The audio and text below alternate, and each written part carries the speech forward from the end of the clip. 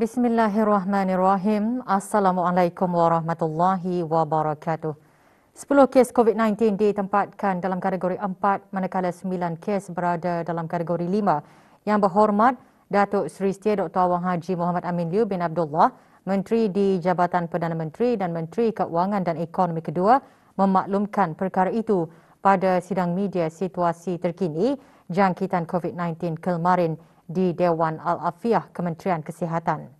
Menyertai sidang media Yang Berhormat Pehin Orang Kaya Seri Kerna Datuk Seri Setia Dr. Haji Awang Abu Bakar bin Haji Apong, Menteri Hal Ehwal Dalam Negeri, Yang Berhormat Datuk Seri Setia Awang Haji Hamzah bin Haji Sulaiman, Menteri Pendidikan, dan Yang Berhormat Major Jeneral Bersara Datuk Paduka Seri Awang Haji Aminuddin Ehsan bin Pehin Orang Kaya Saiful Muluk Datuk Seri Paduka Haji Abidin, Menteri Kebudayaan Belia dan Sukan.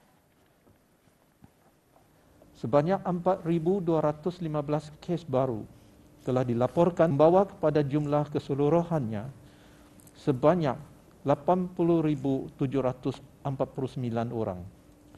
Daripada jumlah kes baru ini, 3,399 adalah hasil ujian ART yang telah dimuat naikkan ke aplikasi Bru Health, manakala 816 adalah dari hasil 5,147 ujian makmar RT-PCR yang telah dilakukan dalam masa 24 jam yang lalu.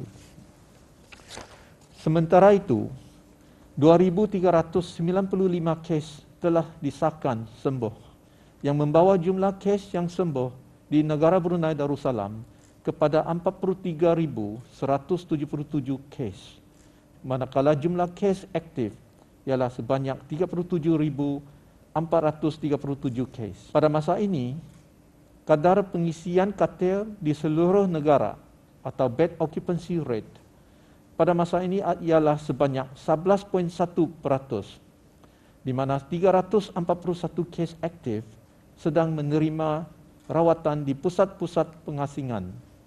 Seramai 37,096 kes positif kini sedang menjalani pengasingan diri di rumah.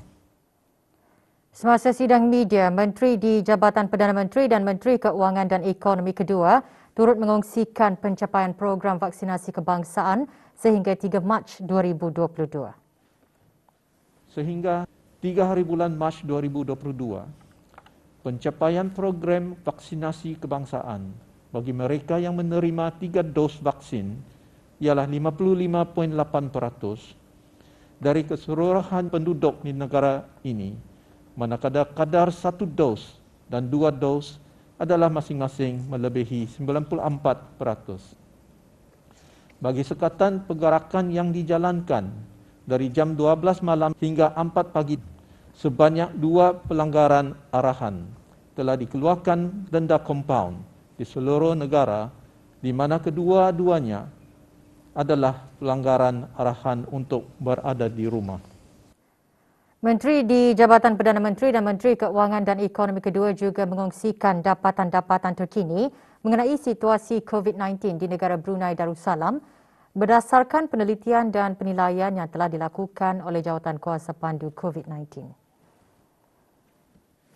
Pemantauan epidemiologi berterusan telah menunjukkan jumlah kes dalam kategori 4 dan 5 pada masa gelombang ketiga ini adalah lebih rendah daripada gelombang pertama dan kedua, di mana semasa gelombang pertama, statistik kes dalam kategori 4 dan 5 ialah 450 orang bagi setiap 10,000 kes, manakala dalam gelombang kedua ialah 60 orang bagi setiap 10,000 kes.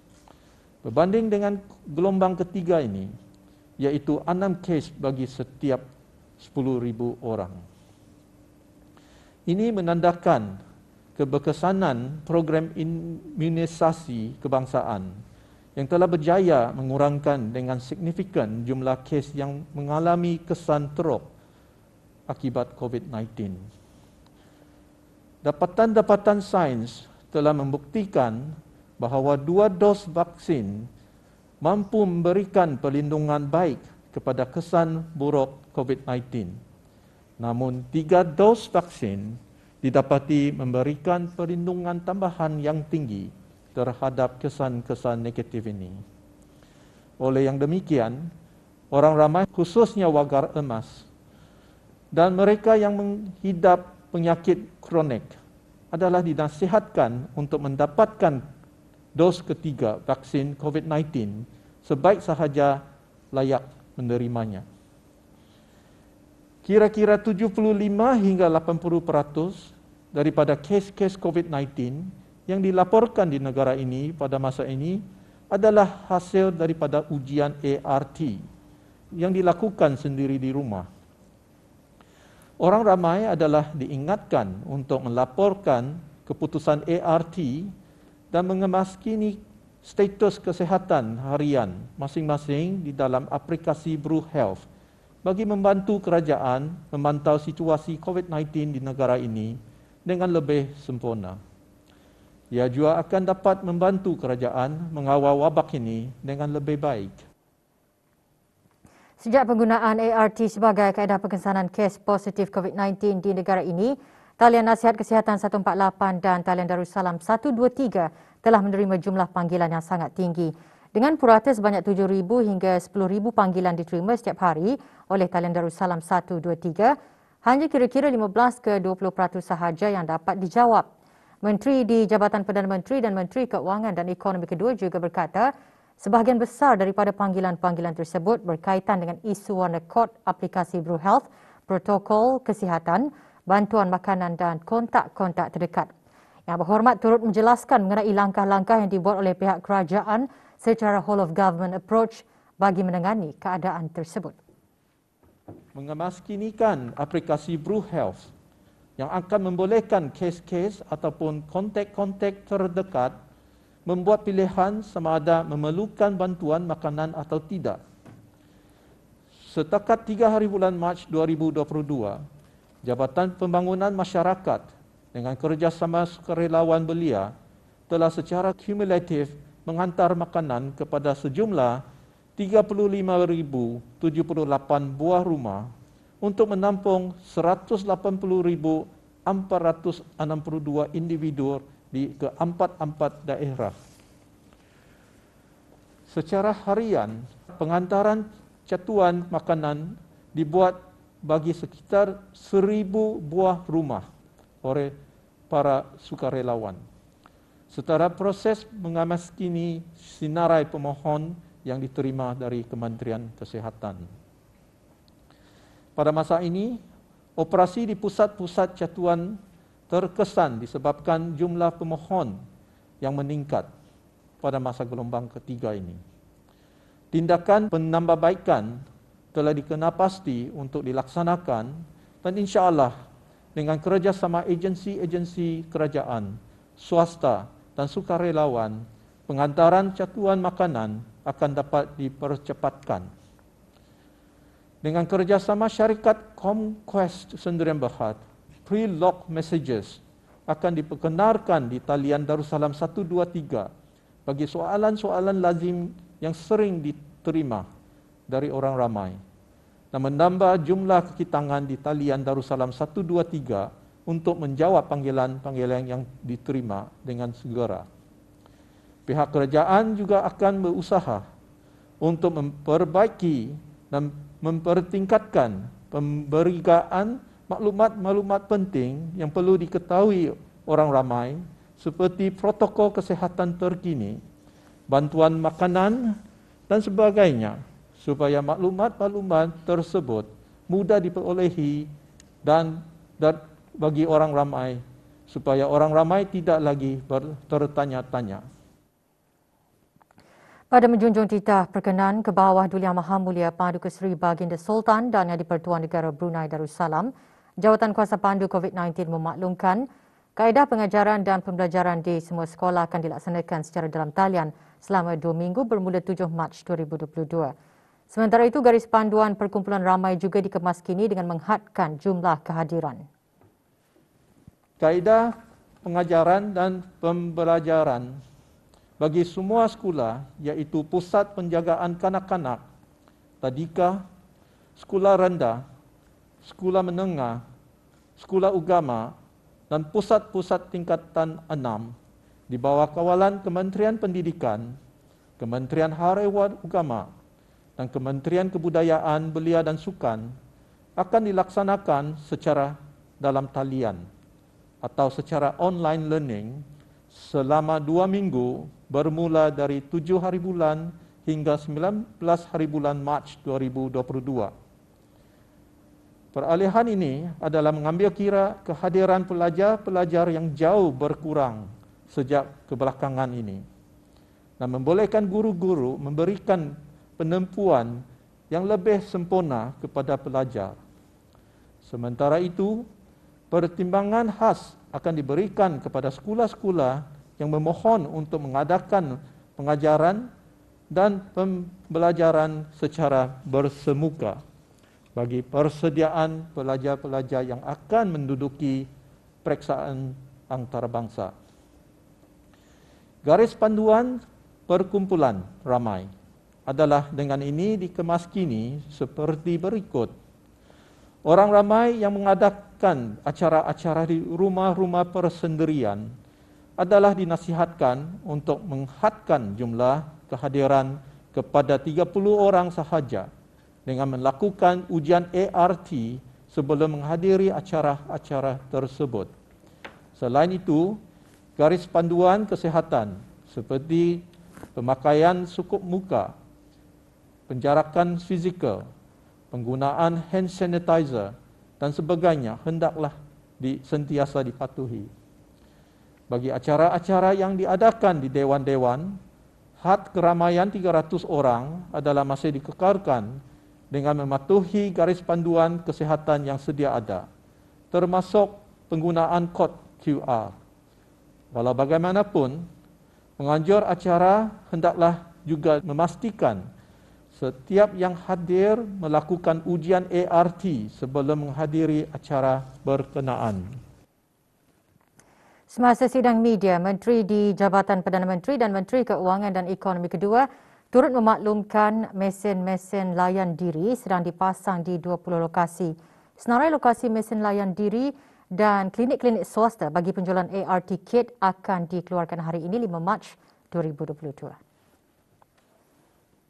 Orang ramai bolehlah terus membeli daripada mana-mana penjual termasuk online vendors sekiranya kos harga ART kit dianggap berpatutan atau terdapat jenama ART kit yang lebih disukai. Orang ramai adalah dinasihatkan untuk memastikan kualiti ART kit yang dibeli adalah menepati piawaian yang ditetapkan dan termasuk di dalam sinarai yang telah diluruskan oleh Kementerian Kesihatan. Sinarai ART kit yang dibenarkan untuk dijual di negara Brunei Darussalam boleh diperolehi dengan melayari laman sesawang Kementerian Kesihatan www.moh.gov.bn.